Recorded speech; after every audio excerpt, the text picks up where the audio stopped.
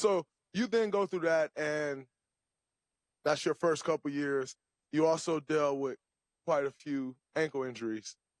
Walk me through that process and how, what, I mean, I remember when I first got here. That was the narrative. Like, the narrative was the ankles. Does the Warriors offer you an extension? Do they not? I remember my first time ever meeting you was you're on the court, and the entire front office staff, the entire ownership group, everybody's sitting there watching you do an individual workout as if you was about to get drafted in a couple of days. I couldn't believe it. But they're literally debating on this workout whether they're going to give you an extension. Now, walk me through that process of going through the ankle injuries, having to bounce back from that, not knowing what's next, if they're going to re-sign you, if not. Just walk me through that process.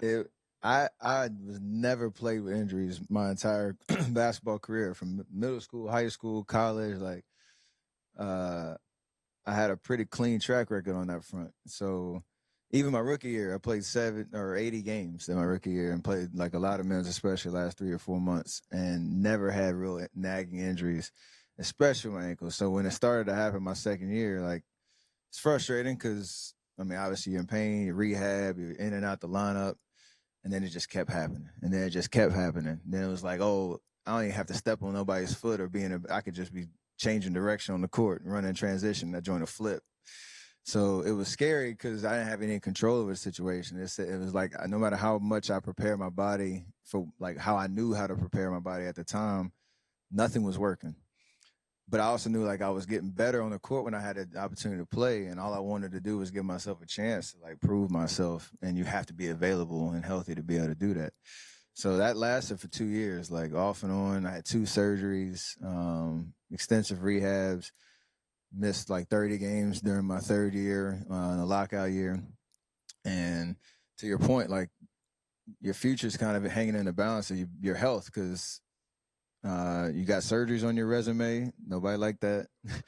You got chronic, like, injuries that aren't really freak accidents. It's like, I could be just doing normal basketball moves and my ankle would flip. Then you got the mental exhaustion of, like, just going through that process over and over and over again. So thankfully, I think I was so just focused on getting healthy. I didn't really put too much pressure on myself on, like, what the implications of the injuries really could mean in the long term, which I think helped me to stay motivated in the rehab. Because, you know, like, anytime you go through rehab, the mind, you know, or the body responds to the mind. If you can't stay positive and you can't stay motivated and you start to get in your feelings and all that, like, it's a lonely, miserable feeling. And thankfully, like, I was either young, naive, or whatever. I just couldn't stay out of, I didn't have anything else to worry about, but just get healthy and let everything kind of take care of itself.